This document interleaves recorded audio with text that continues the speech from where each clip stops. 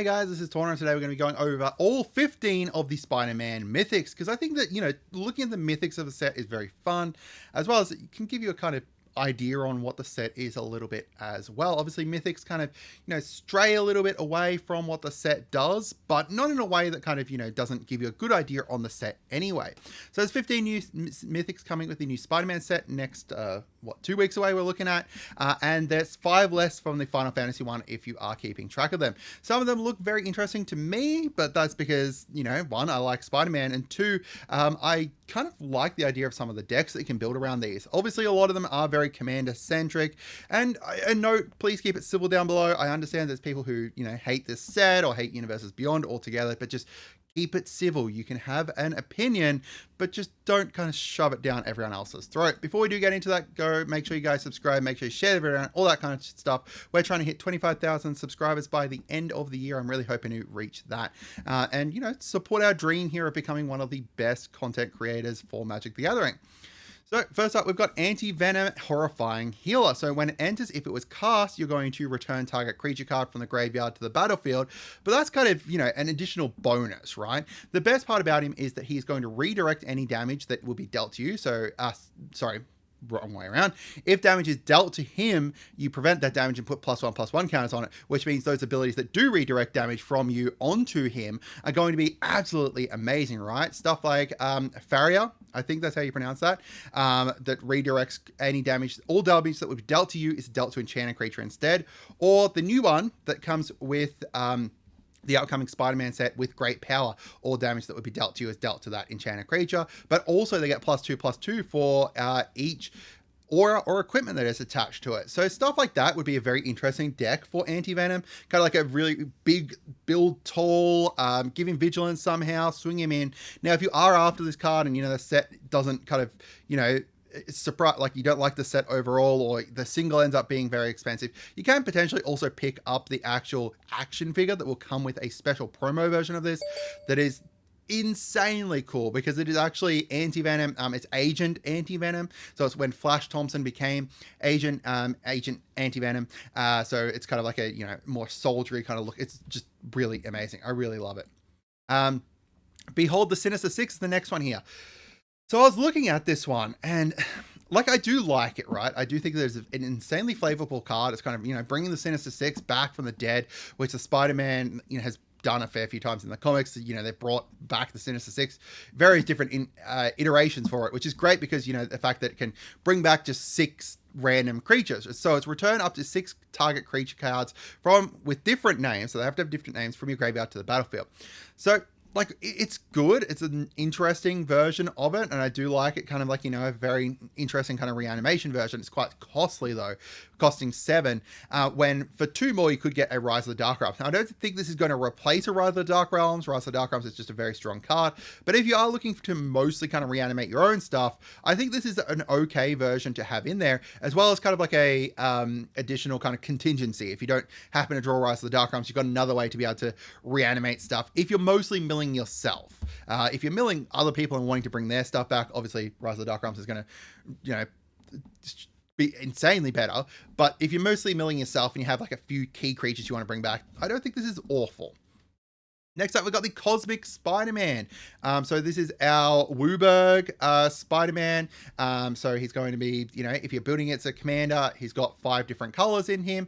He's got Flying, First Strike, Trample, Lifelink, and Haste. And then at the beginning of combat on your turn, he's going to give all other spiders all of those keywords, right? So he's just a huge keyword soup. This is very interesting. This is a Spider-Man from an alternate reality that ended up getting the Enigma Force. He was featured within the Spiderverse, one of the Spiderverse comics and storylines. Ends up dying or gets eaten by one of the inheritors. That's right. And then the Enigma Force ends up passing over to Miles Morales. However, this is the Peter Parker version of him. If you're building a 5-color Spider-Man deck, this is a decent idea and decent card for it.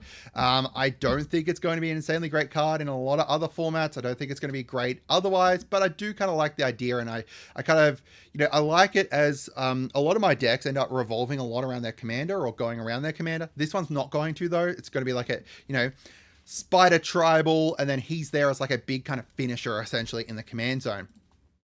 Next up, we've got Dr. Octopus Master Planner. So he's going to cost 7. Other villains you control get +2/+2. Your maximum hand size is 8. And at the beginning of your end step, if you have fewer than 8 cards in hand, draw cards equal to the difference.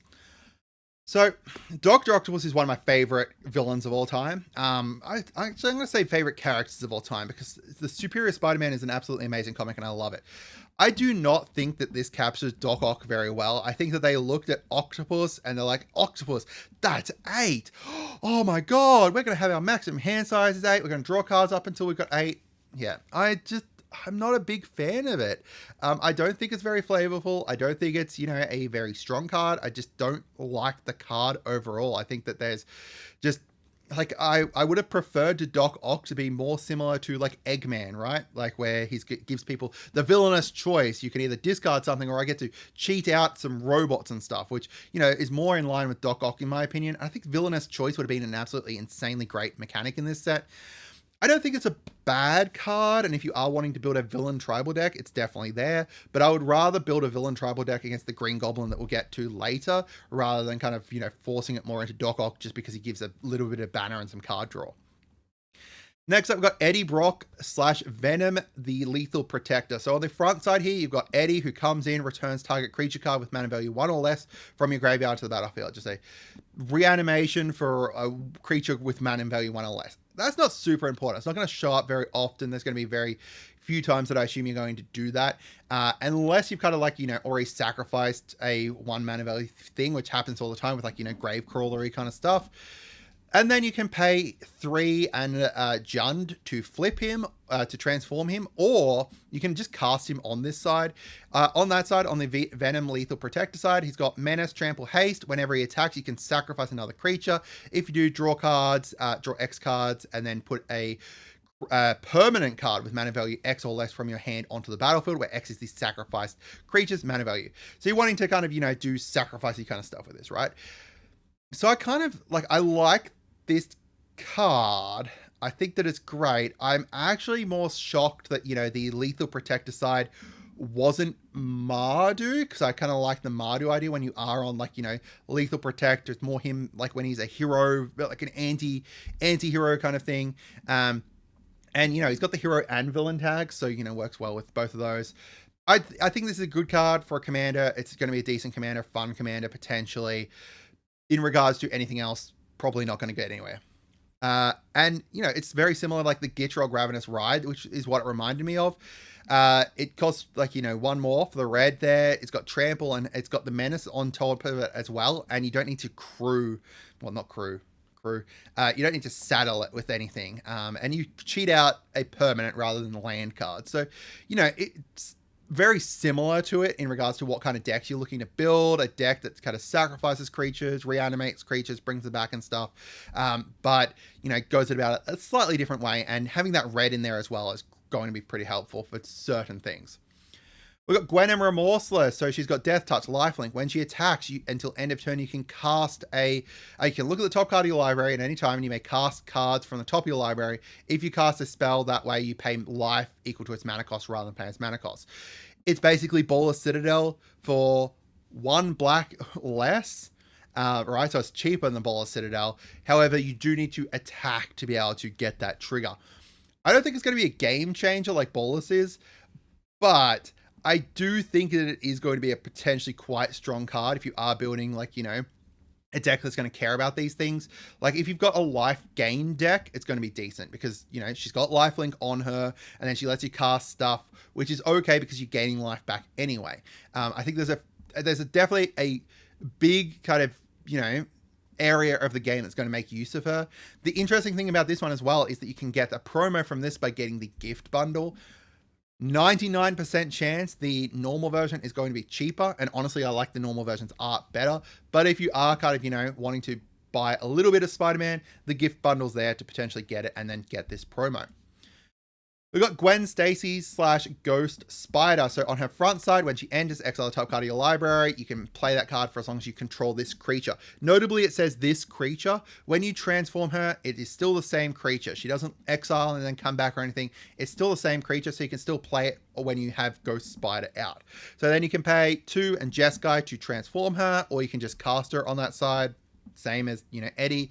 She's got flying, vigilance, and haste. Whenever you play a land from exile or cast a spell from exile, you're going to put a +1/+1 counter on her. Then you can remove 2 counters. Notably, it just says 2 counters. That can be any counter as well if you happen to have proliferating stuff. Exile the top card of your library. You may play that card this turn. I'm not sure what kind of deck that you could, like, obviously the deck that for this is just going to be exile good stuff, kind of Jeskai.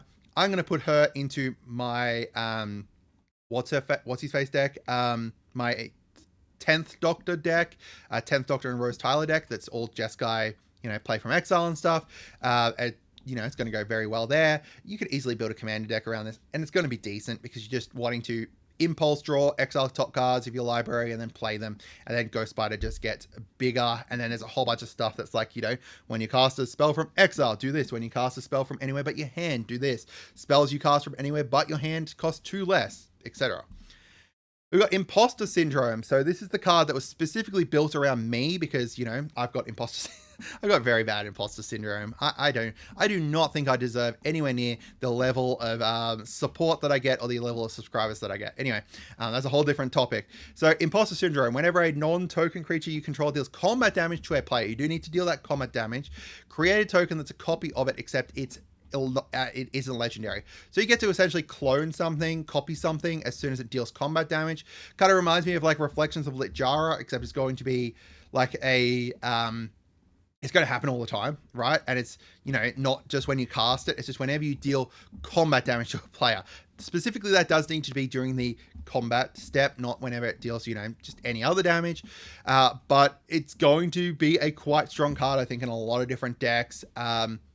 Specifically, again, talking about Commander, it's going to be, like, I think I need it for my Miram deck. My Miram deck would go pretty well with it because it's already about copying stuff and doubling those triggers and everything. And if you can double this trigger, right, you're going to swing in, like say, a Cosmic Spider-Man, and then you get 2 other Cosmic Spider-Mans. That's crazy. We've got Miles Morales / Ultimate Spider-Man. So on his front side here, he's going to put up a +1/+1 counter on each up to 2 target creatures, notably can be himself. And then when you transform him, he'll still have that on him. You can also transform him for 3 Anaya, or cast him on the other side, and he becomes the Ultimate Spider-Man. First strike, haste. Pay 2, put a +1/+1 counter on him. He gains hexproof and becomes colorless until end of turn. So that's meant to be, you know, reflective of his camouflage abilities where he goes stealth and everything. The become colorless isn't going to be very important for most things, except for if you're going against like an all will be dust or whatever, like a big colorless board wipe or something. You're mostly getting the +1/+1 and getting the hexproof. And then whenever you attack, double the number of each kind of counter on each spider and legendary creature you control. So, you know, very legendary matters deck, or can go into legendary matters deck, like Harvey from the Assassin's Creed set will be, you know, great in that. As a commander, not too bad. If you love Miles and you want to do, you know, +1/+1 shenanigans with legendary creatures or with spiders, definitely a decent commander for that. Beyond that, like the fact that it's specifically legendary creatures and he only gives the +1s to himself will make it a little bit more difficult, but there is other ways to get +1 counters onto your legendaries, obviously. So he's going to be able to double a lot potentially. And he does have haste, so you can get that out and going very, very quickly. We've got Mr. Negative. This is probably one of the most exciting ones from the new set. So he's got Vigilance, Lifelink. When he enters, you may exchange life totals with target opponent. If you lost life this way, so if your life total is 10 and you exchange life with someone who's 20, you're going to draw cards equal to how much life you lost. So you will draw 10 cards. Oh boy, that is so very, very strong. Now, you're probably looking at this and being like, it's not strong, it's only when it ETBs. Well, did you know that you can enter the battlefield more than once with a creature? You can just flicker it. In a blink/flicker deck, oh, this is going to be crazy. You could flicker it at the start of your turn to like draw, you know, 10 cards, and then have something like a Conjurer's Closet at the end. Like there's so many things that are like at the end step, exile target creature and then return to the battlefield. Boom. It's going to be great. I really, really like it. I think that it's one of the most unique ones, which is one thing that you'll probably notice about these is not a lot of them are unique. Yeah, not a lot of them are very unique, which I think is my biggest issue with the Spider-Man set and with the new mechanics, is that there is just not a lot of unique stuff. You know, if you look at the Avatar stuff, it's so unique and everything. But yeah, that's a whole different topic, which I've covered before. Next up, we've got Norman Osborn / Green Goblin. On the front side, he can't be blocked. When he deals combat damage to a player, he connives. So, you know, you can play him, then next turn, he can't be blocked. You attack, you connive, you draw a card, discard a card, put a +1/+1 counter on him. If you discard a non-land card, then you can transform him, or you can, you know, play him on the other side again. He's got Flying, Menace, spells you cast from your graveyard cost 2 less, and then each non-land card in your graveyard has Mayhem. The Mayhem cost is equal to its mana cost. Now, this one I do think is unique. I think that both of these two are quite unique. It's not insanely unique, right? Like, there has been stuff that does similar to this before, you know, giving your cards madness, or giving your cards, you know, other abilities and stuff like that when you discard them and stuff. But this one here, I think, is quite unique, and I really like it. I think it's very cool.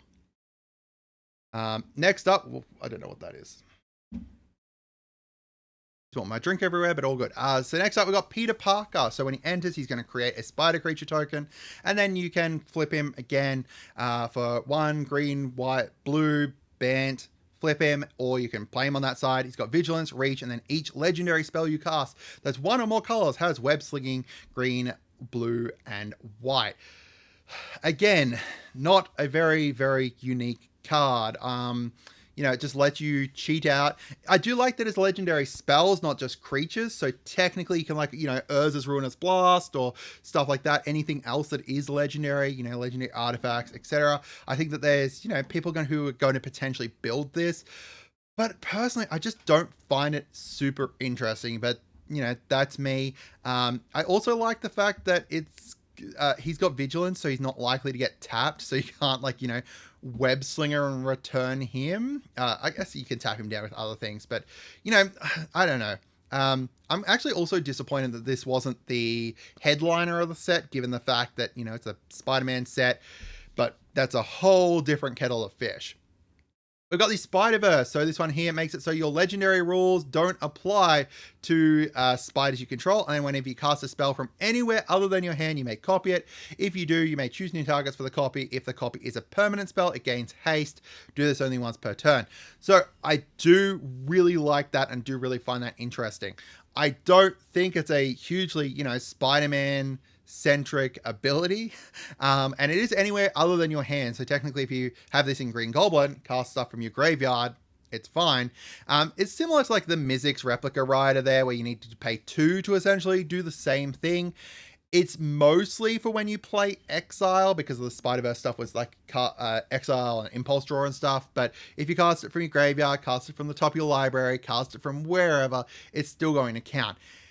I don't think it's a great non-commander deck, commander card, and I think that even in a commander card, like in a commander deck, it's mostly going to be just, you know, for in spiders. But, you know, I guess this part here is still pretty good, even outside of having, like, spiders. You don't really need to worry about that part. The second part's pretty decently strong, like in a like a Cascade deck or something like that. Yeah, in a Cascade deck, that would be pretty good. Maybe I do need this for my Pantlaza deck, actually. Next, we got the Soulstone. So, Soulstone, new mana rock that just taps for black. Indestructible mana rock. Pay 7, tap it, exile creature you control to harness it, which essentially makes it so that it has an additional passive on it. And that passive is essentially like a Shield Druid, the top part of Shield Druid. At the beginning of upkeep, return something. Yeah, no, this one here is 100% busted. A whole bunch of people are going to be wanting this. It's a indestructible mana rock. It's very strong. The second part here, not quite as strong because it's quite expensive to get to, but once you do get it going, yeah, it's an indestructible way to be able to reanimate something at the beginning of each upkeep. I think that's good, especially if you could, like, you know, clone it somehow, like, you know, create a non-legendary copy of it or something. Yeah, there's lots of really interesting things that you could potentially do with this. I think that it's very strong, and I'm, again, disappointed that it was the headliner of the set. I would have preferred it to be Spider-Man in the Spider-Man set, but I am going to be very interested to see how they do all of these stones here. And then finally, we've got the Web of Life and Destiny. So it's got pay 6 green, but you can convoke, so you can tap down your creatures to do this. At the beginning of combat on your turn, look at the top 5 cards of your library. You may put a creature card from them onto the battlefield, put the rest on the bottom. So it's going to be cheating something out at the beginning of each upkeep. Call to the Kindred is similar to this, where it's has to share a creature type with that creature though, and it's an aura. You can convoke this out pretty cheaply though if you've got a big board though, which is good. It's very similar, right? like it's a very similar mechanic. I'm actually surprised this was blue instead of green. Green is the one that kind of does more of this stuff, and there's a whole bunch of stuff that like this has been recent, like Loot or Ovia, I think it was from the Aether Drift set. Oh no, I think she's from Hand actually. Yeah. I think it's just from Hand. Either way, you know, being able to cheat out big creatures is really good. There's going to be a whole bunch of ways to be able to abuse this, be able to, you know, cheat out something huge like a Golter or something like that. And it's going to be great. I think it's good. I think it's a very Commander card again, but I think it's going to be a good card. Anyway, that's it for today, guys. I'd love to hear from you guys. As I said, you know, I don't think that there's very many unique kind of things here. I think that Norman / Green Goblin's nice. Mr. Negative's quite unique. Beyond that though, like I think it maybe Venom, an Anti-Venom maybe. I don't know. Cosmic Spider-Man's nice, but I don't think it's very unique. I think it's just a big stat stick for like a not big stat stick, big keyword stick for spiders. But let me know what you guys think. Have a great day and goodbye.